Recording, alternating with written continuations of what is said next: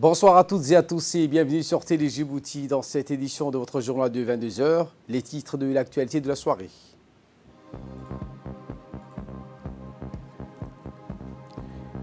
Réunion sur la mise en place des sites de contrôle anti-Covid organisée par le ministre de la Santé en collaboration avec le ministère des Infrastructures.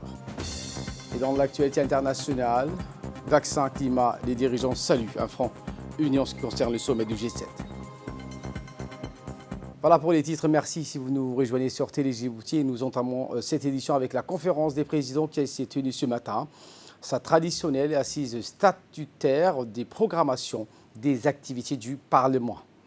Dans la seconde quinzaine du mois de juin, cette conférence axée sur la transmission des textes, instances aux commissions permanentes et la détermination de la date de la prochaine plénière. Le gouvernement a été représenté par le Premier ministre Abdelrahman Kamil Mahamad et l'auditoire s'est composé de 2 vice-présidents et des présidents des commissions permanentes. Sur le premier volet, 4 projets de loi ont été transférés aux commissions compétentes. Hier matin, le ministre de l'Intérieur, Saïd Nouh Hassan, a reçu une série de rencontres avec les diplomates accrédités à Djibouti. Le ministre a reçu en audience l'ambassadeur de France accrédité à Djibouti. Cette visite de courtoisie intervient après la nomination du nouveau ministre de l'Intérieur dans le gouvernement. Le ministre a souhaité la bienvenue à l'ambassadeur de France à Djibouti. Il a également reçu la représentante du PNUD à Djibouti, Madame Fatima Al-Sheikh. La rencontre a été l'occasion pour faire connaissance entre la représentante et le ministre et les discussions ont été élargies au programme de développement. Par la suite, le ministre a reçu le directeur général de l'agence djiboutienne, de l'agence nationale des personnes handicapées, M. Doual Saïd Mahmoud. La NPH créée récemment a pour mission le soutien et la promotion des personnes handicapées. Le nouveau ministre de l'Intérieur, M. Saïd Nouh, s'est rendu dans l'après-midi d'hier au siège central du numéro national d'identification rattaché à la Direction générale de la population et de la famille. À son arrivée, le ministre de l'Intérieur, Saïd Nouh Hassan, a été accueilli par le directeur général de la police nationale, le colonel Abdillahi Abdi Farah, et le directeur général de la population et la famille, Ahmad Omar Jama'. Un bâtiment qui juxtapose le commissariat central abrite les bureaux du projet de numéro national d'identification. Le ministre a visité les différents guichets que ce nouveau service abrite. On peut citer le guichet de l'état civil, le permis de conduire, le guichet destiné aux travailleurs étrangers. La visite du ministre s'est poursuivie avec une réunion de présentation de l'état d'avancement du numéro national d'identification ainsi que la présentation de ce nouveau programme ambitieux que notre pays lancera dans les jours à venir.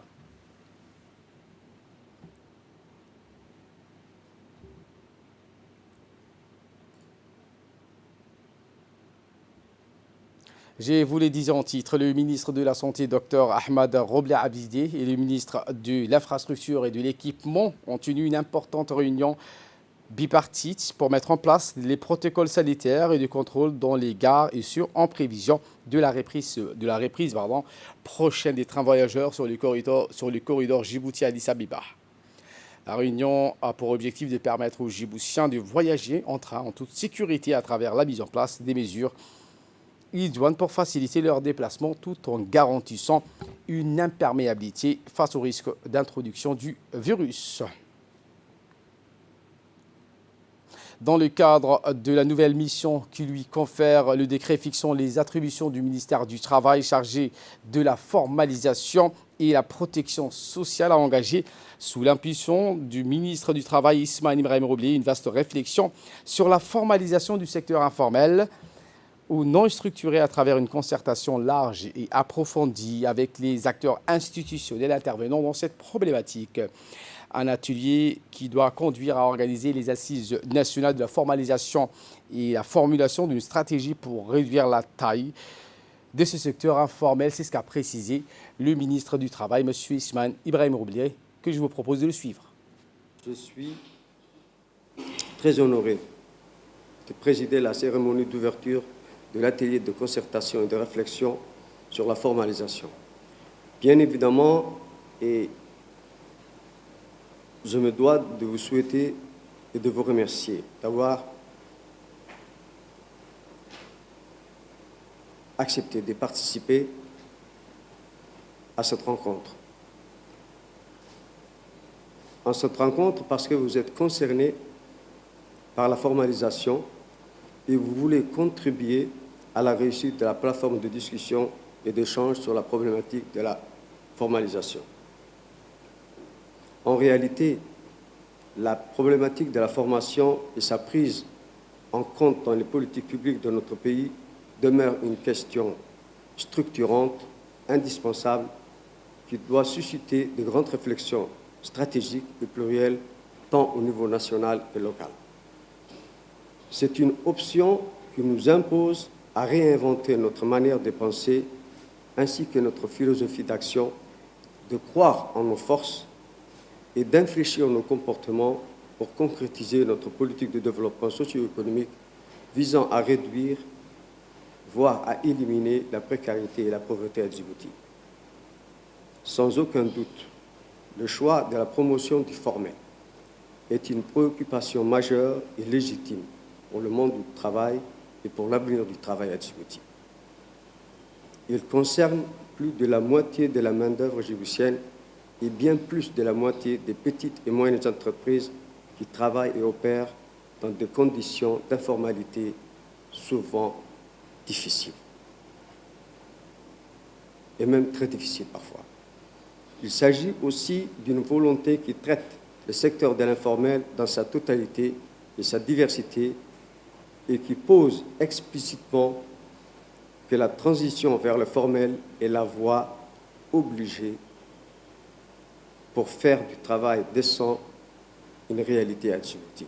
Et ce, très certainement, pour promouvoir un développement inclusif pour toutes les Djiboutiennes et pour tous les Djiboutiens.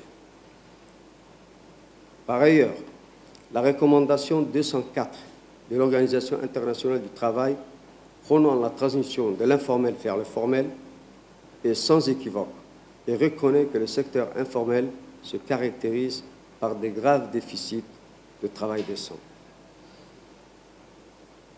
Le ministère du Travail, chargé de la formalisation et de la protection sociale, nanti de nouvelles prérogatives, développera conformément aux directives de la feuille de route gouvernementale toutes les possibilités de collaboration avec tous les partenaires sur les approches les plus satisfaisantes, les plus pertinentes en matière de transition vers le formel. Dès lors, je ne manquerai pas de vous inviter ici, au cours de cet atelier, à adopter, à réfléchir, à confronter vos idées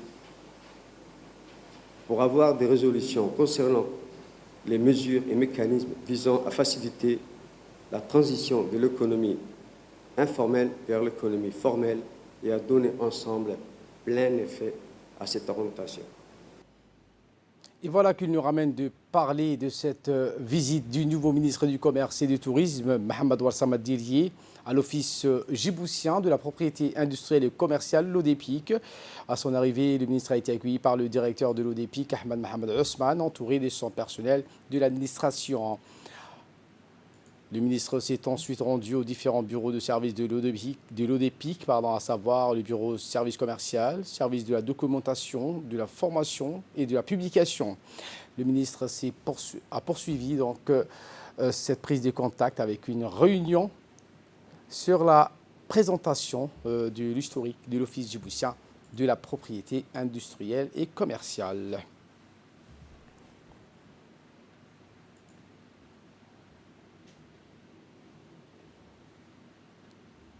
Deuxième étape de la visite du ministre du Commerce, Mohamed Warsamad Diriye. Il s'agit de l'Office national du tourisme. À son arrivée, le ministre du Commerce a été chaleureusement accueilli par le directeur de l'ONTD, Ousmane Abdi Mohamed, entouré de son personnel. La visite du ministre s'est poursuivie avec une réunion portant sur le schéma directeur du secteur du tourisme ainsi que la réforme du cadre institutionnel. Était présent donc lors de cette prise de contact le secrétaire général du ministère du Commerce et du Tourisme, M. Ali Daoud ainsi que ses proches collaborateurs.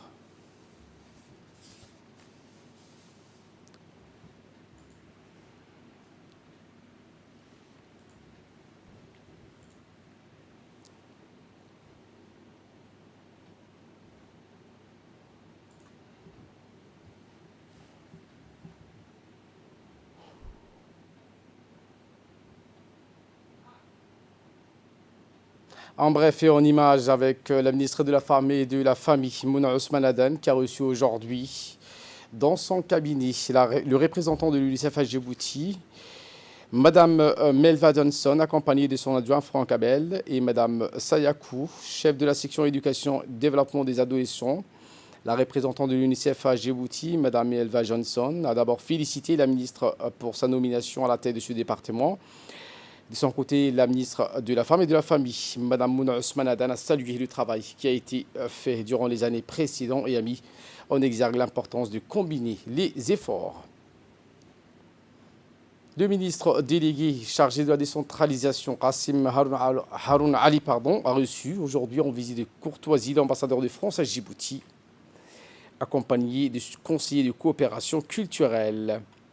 Le ministre Qassim a remercié l'ambassadeur pour ses mots de soutien dans l'accomplissement de la mission qui lui a confiée le chef de l'État. Il a rappelé que la décentralisation est une orientation politique initiée par le président Guelleh dès son accession à la magistrature suprême en 1999.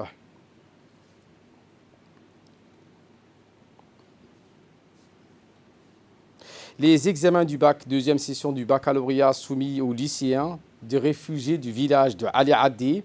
L'événement s'avère inédit et historique pour la scolarisation des enfants réfugiés.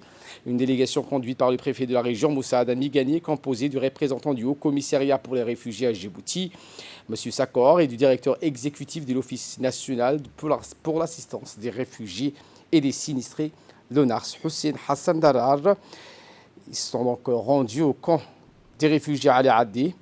Le but de ce déplacement étant la supervision de la deuxième session de l'examen du baccalauréat soumis aux lycéens issus de la communauté des réfugiés.